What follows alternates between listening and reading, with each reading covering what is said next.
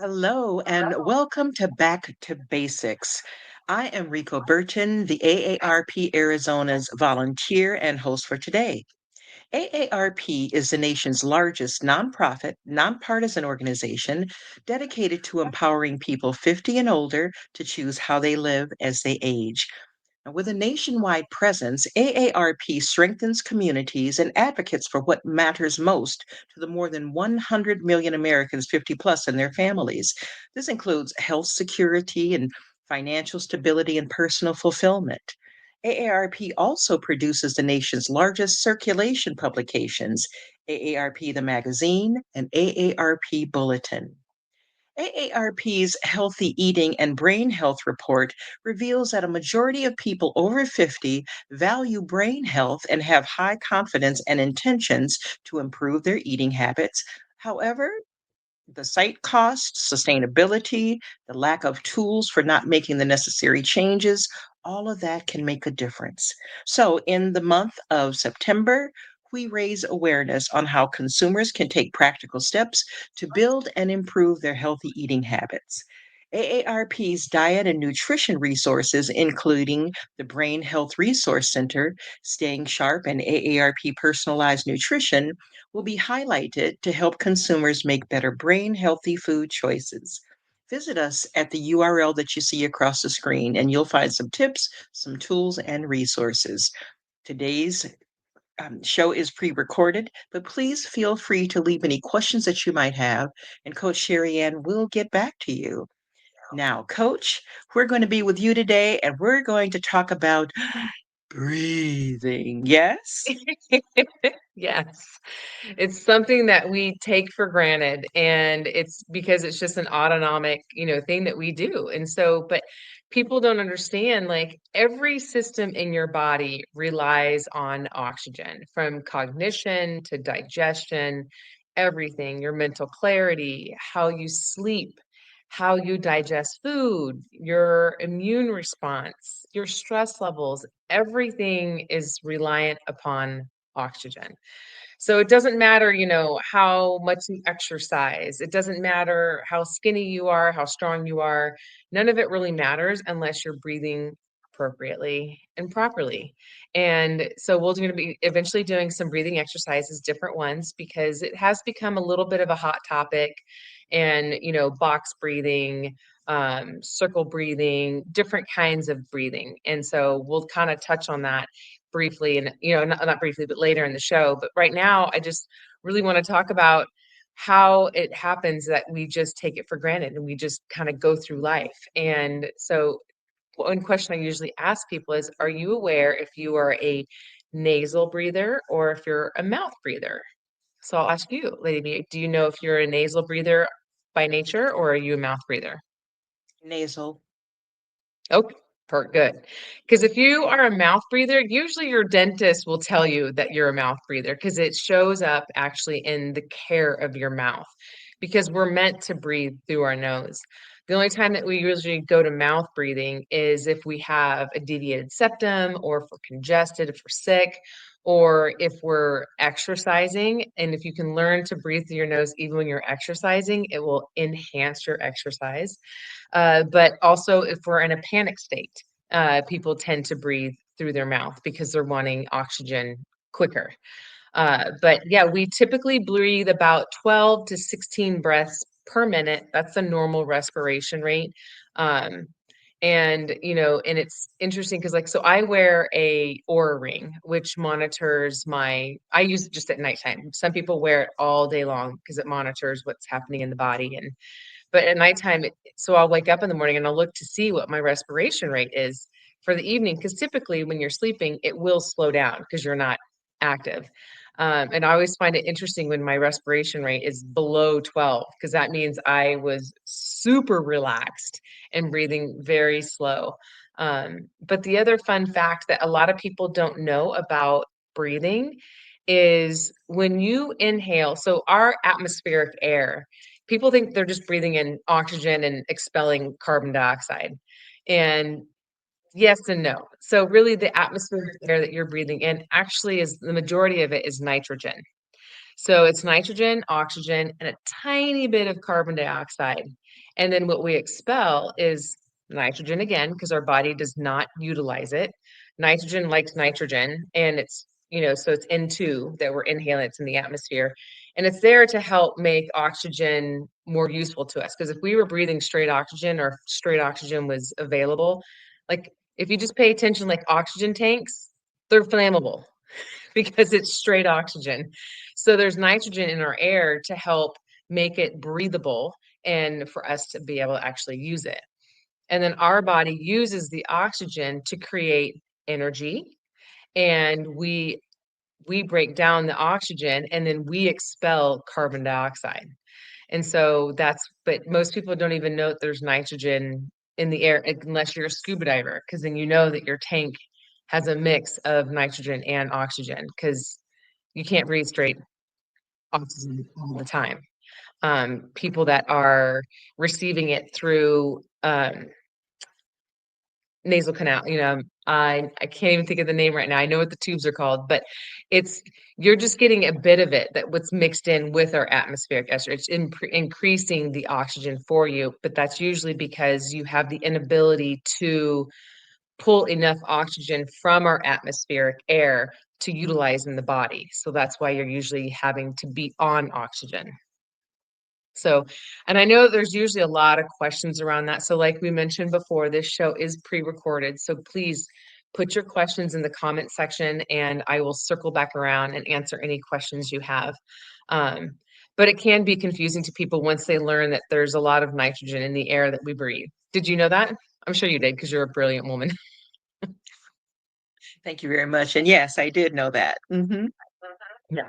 So you're not, so it's, so our body is utilizing the oxygen, like I said, to create energy and to take care of digestion and to take care of a whole host of things in our body. Like I said, oxygen is needed from cognition. If the brain isn't getting oxygen, you're not able to think clearly, and it is an autonomic nervous system. So people, if you do, if you, if you hold your breath long enough, you're going to pass out. And when you pass out, the body automatically starts breathing again. And so I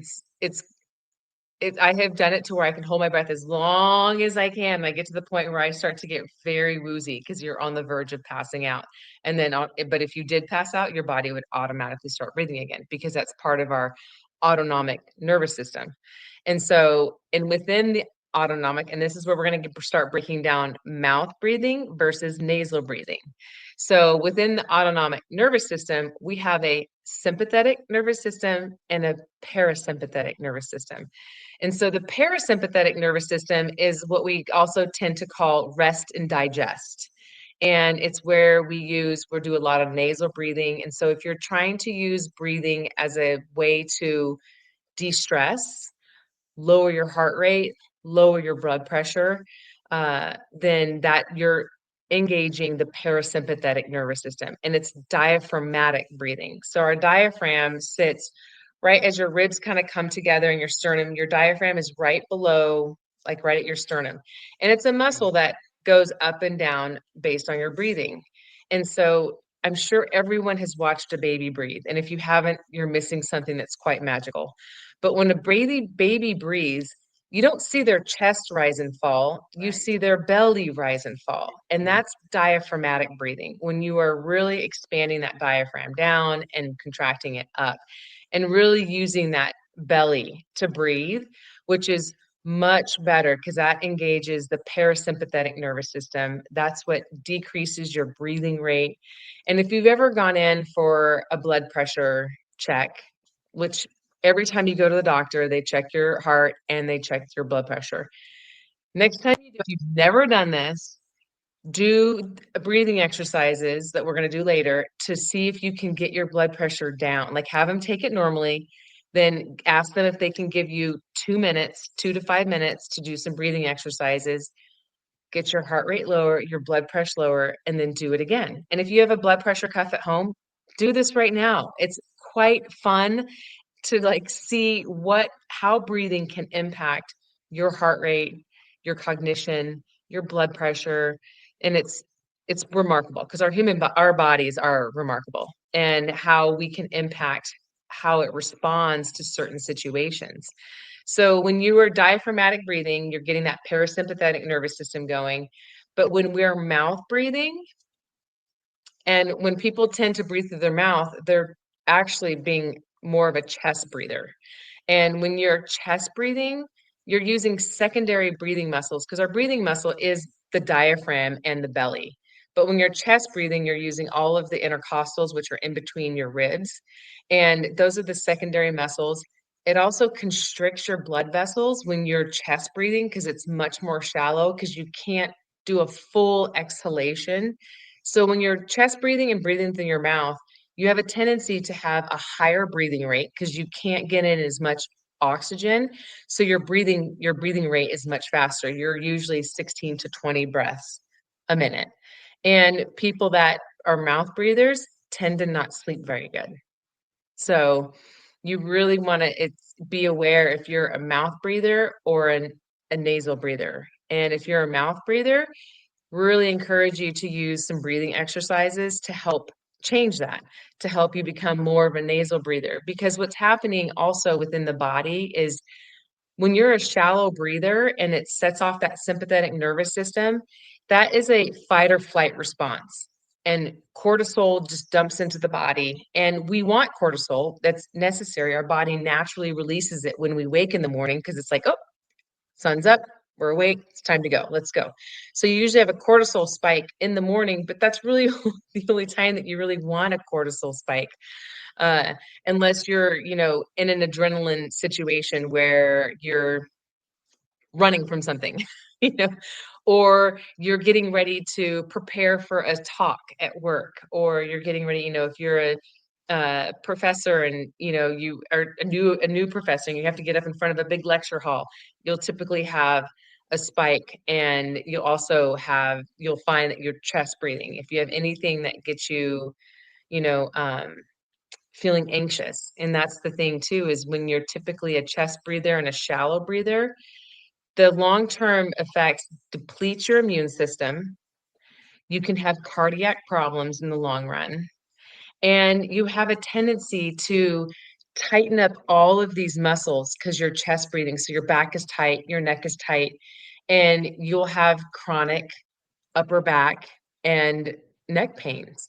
And there's a whole host of problems that happen with mouth breathing, which in correlation to very shallow breathing.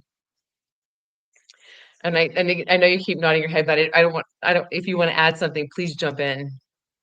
No, I'm just listening because I understand exactly what you're talking about as it relates to the parasympathetic and the sympathetic. It has to do with the autonomic nervous system, and they're both parts of that. So I'm aware of those. And I do know that, there's a lot, the fight or flight kind of thing. Like you say, the adrenaline sometimes flows, and people, like she says, it doesn't always mean that you want to fight or anything like that, but it is the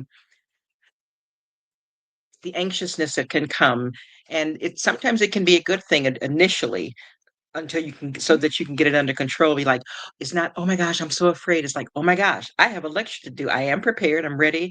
And then that's why people will take a deep breath, and they don't always breathe properly, but that's what that inhalation of the mouth and all the rest sometimes comes in, and then they blow it out, and they try to calm themselves. And so it is important to understand, and I'm so glad that you're talking about this, to understand what our body does and how our body works. We do take so much for granted because we don't understand how our body works. We take that biology class in high school and maybe in college, and unless you're majoring in it, you don't know a whole lot more about it. But it can affect your sleep, it can affect your wake, it affects your eyesight. There's so many things that your nervous system can affect. And sometimes it increases heart rate, it can decrease. All of those things come to pass. Oh yeah, absolutely. And I'm glad you said that, because w- one thing that, if you kind of reflect back to, the times in your life when someone's like, just take a deep breath, you know, it's become such an off the cuff response when somebody's uptight, angry, upset, anything, having a lot of anxiety. It's like, just take a deep breath. And it's like, though there's some actual truth to that, because if you are feeling anxious, angry, upset, if somebody does something to you, or even if something happens, like say you're driving and all of a sudden something scary happens in front of you and you'll feel an adrenaline rush. Cortisol's been dumped into your body. It's like, and it's not necessarily fight or flight, but it's definitely like, I almost got in a car accident, and in that instance, it's so important because it's happened to me where I've been driving on the 101 and something really scary happens and I can feel the dump and I'll instantly go into my 4181 breathing to metabolize that cortisol because it has to go somewhere because it thinks that you're getting ready to fight and you're not, you're just scared. And if you don't metabolize that cortisol, it just latches on to organs inside your body cavity and it's not good for you. So it's really important that if you have spike, that's there for a reason. That's our body saying, "Hey, you need to be in action right now." Whether Mhm. it's avoiding a car accident, getting on stage, getting in front of a board meeting, doing some type of presentation, anything that might create that spike, that's there for a reason. But it's important to breathe to metabolize it. And the other thing that's a fun fact that a lot of people don't know is 70% of your body's toxins that you come in contact, whether you're ingesting it, inhaling it, touching it, whatever, it it happens, our body gets cleansed through our breathing. And people like fat is metabolized through breathing. It's only our bladder and bowels that take care of 30% of the toxins that we come in contact with. So breathing is very, very important to metabolize all kinds of things. So I'm sorry, it's did you did not you did you say did you say that weight is metabolized through breathing? yeah, Honey, we yep. could lose some weight if we could just keep breathing. What you saying, coach? Wait a minute. Wait. I know. It's kind of one of those things where people are like, "Nah, that's not possible." And it's like, "Yes, it is. Yes, it is." So because when we're losing weight, we're losing toxins, and so it's breathing is so important, and it's one of those things that we just take for granted because it's just an automatic thing. You come out of the womb, you get smacked on the tush, and you start screaming. And ever since, people just breathe. And it's like, nah, nah, it's important. Like, and how you breathe is very important. And if you find yourself shallow breathing, it's not good. You want to really make sure that you're breathing through that belly and using that diaphragm. And I'll find myself sometimes when I'm in an intense, session, and all of a sudden I'll just feel myself take a deep breath. And I'm like, oh my gosh, I'm completely shallow breathing right now. And so I'll take a few minutes and get back to center and get my breath under control. And so if you find yourself yawning, also means you're not fully exhaling, you're not fully using those lungs. If you're yawning or if you're feeling nauseous, usually it's because you're shallow breathing. These little signals that our body gives us, we have a tendency to just ignore. And no, those signals are there for a reason. So be in tune, pay attention, don't take breathing for granted whatsoever. Um, and the other question I get a lot of times is just different kinds of breathing. And there's so many apps out there that if you wanted to, or go to YouTube, there's paced breathing as one of the apps. There's an app called Breathwork.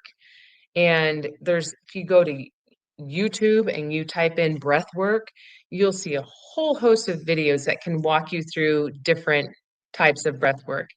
And if you're a super mellow person and you need to get yourself, hyped up or energized or, get that, adrenaline jump, you can do breath work for that even. If you don't have it naturally, knowing that you've got to perform, you can create the same response, or if you're needing to sit down and do some very focused work, there's breath work for you to create a heightened awareness in your brain so that you can stay very, very focused. So there's breath work for all kinds of things depending upon what your objective is. I will say the majority of the population does not breathe fully, like does not fully exhale.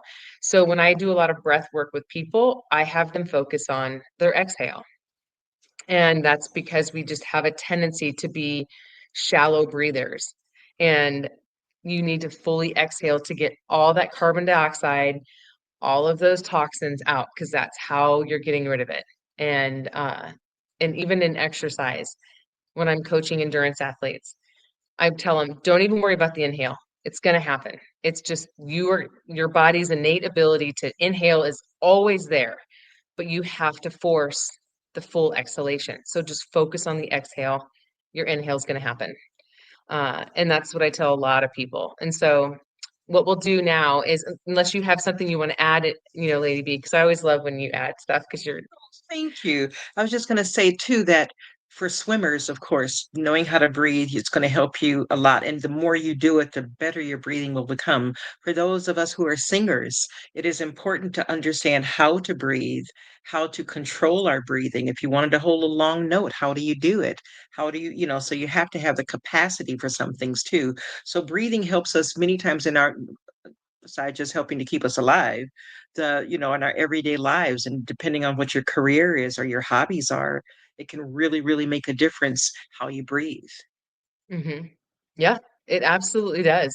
And it's, and even learning how to hold your breath, either on an inhalation or an exhalation. If you're holding your breath on an inhalation, you're going to be able to hold it a lot longer because you have that oxygen that your body's using for energy.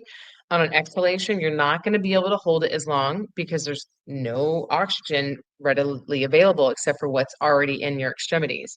Your lungs aren't able to do the respiration, because breathing is our activity. Respiration is the actual chemical balance of oxygen, carbon dioxide, nitrogen. That's what respiration is quantified as, is like that's the chemical exchange of the gases within our body. So yeah, so let's go ahead and dive on into doing a few breathing exercises and then we'll close this out. And so the first one is just a very basic 4-1-4-1. And all it is you're going to inhale for the count of four, you're going to pause, and then you're going to exhale for the count of four and pause. And this is just either considered box breathing, and that's usually what it's called. And so we're going to inhale for the count of four.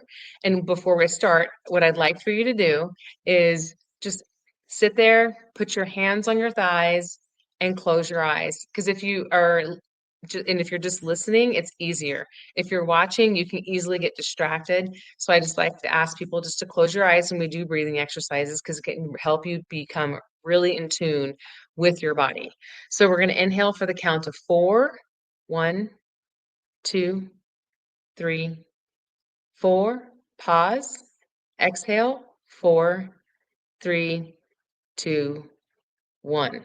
Pause. Inhale. 1, 2, 3, 4. Pause. Exhale. 4, 3, 2, 1. Inhale. 1, 2, 3, 4. Exhale. 1, 2, 3, 4.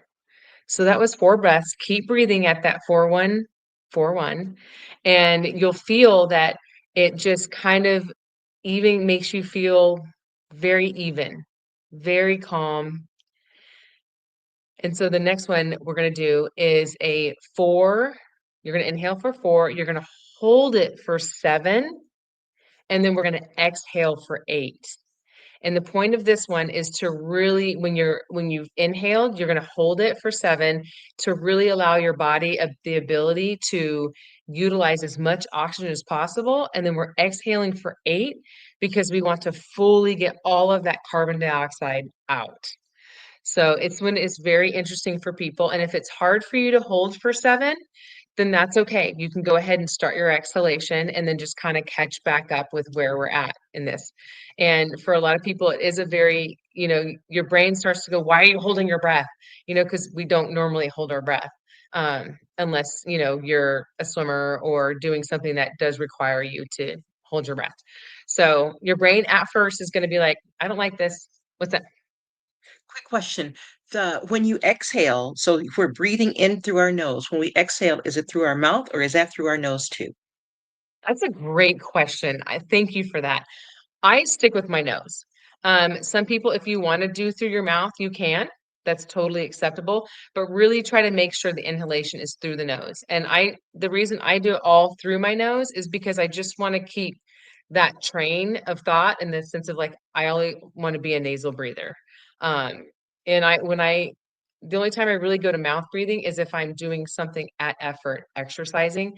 And even then, I'll do it for a few breaths and then I'll adjust my activities to where I can just stick with nasal breathing.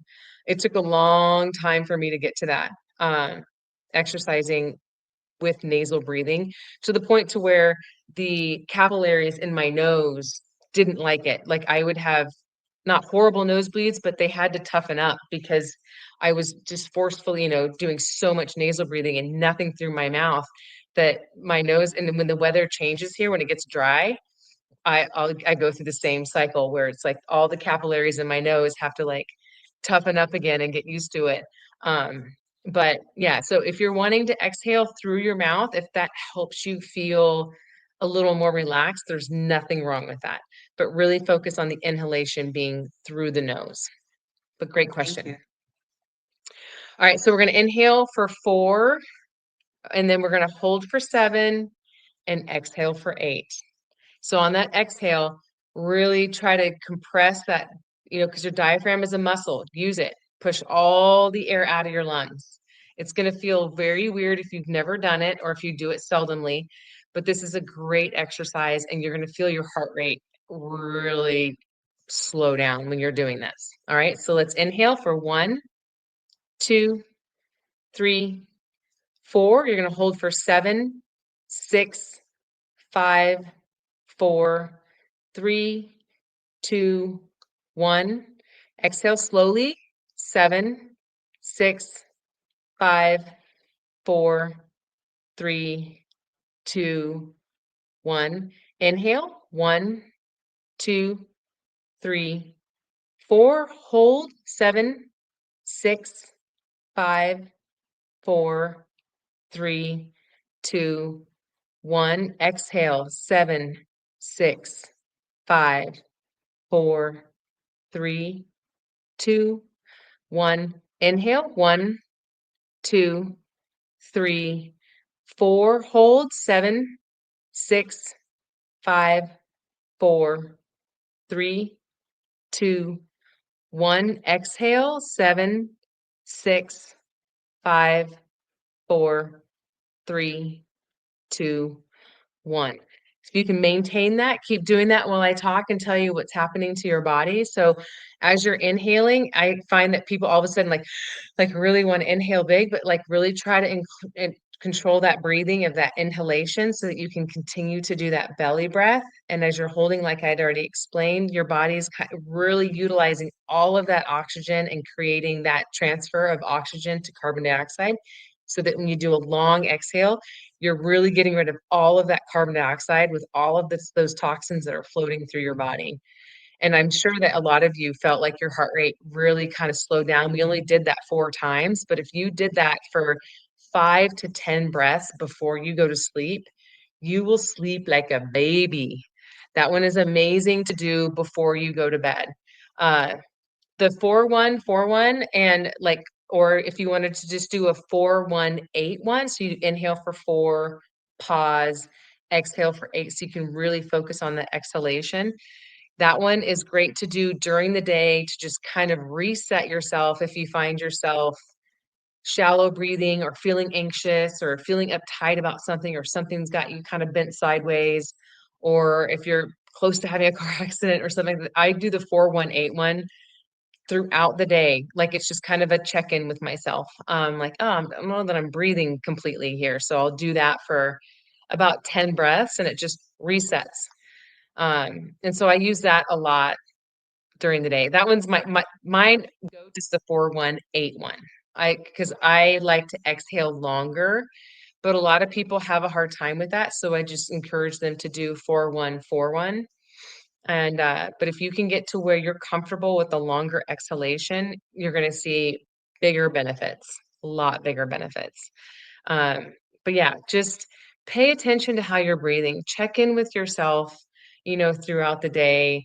And especially if you find yourself in a heightened awareness situation where you're feeling, like I said, stressed, anxious, something scary is happening, really focus on that breath so that you can help metabolize that cortisol and relax your back, really use that belly. It's so funny how many people just chest breathe, and it's like, nah, use that belly. You'll be so much happier, you'll sleep better. Uh, but yeah, it's really important to be aware of your breath. Wow, thank you so much. You shared some wonderful things with us. I thought maybe the time is done now, but to be able to talk about why we stop breathing sometimes and why the CPAP, the sleep apnea and all the rest. Maybe that's another show that maybe you could give us some insight on at another time. Thank you so much for being here with us. We really, really appreciate you watching this. Again, feel free to leave Coach any questions you might have or comments you might have. She'll read those and she'll respond and get back to you as quickly as possible. We look forward to seeing you next time in October. And what are we talking about this next time, Coach? It's why managing that stress during the holiday matters, why it's important, because October comes and it's a whirlwind until January. And Awesome. managing that stress is really critical to your overall health. Super. We'll be looking forward to that. Make sure you tell all your friends too, so they can join us next time. Until then, take care and God bless.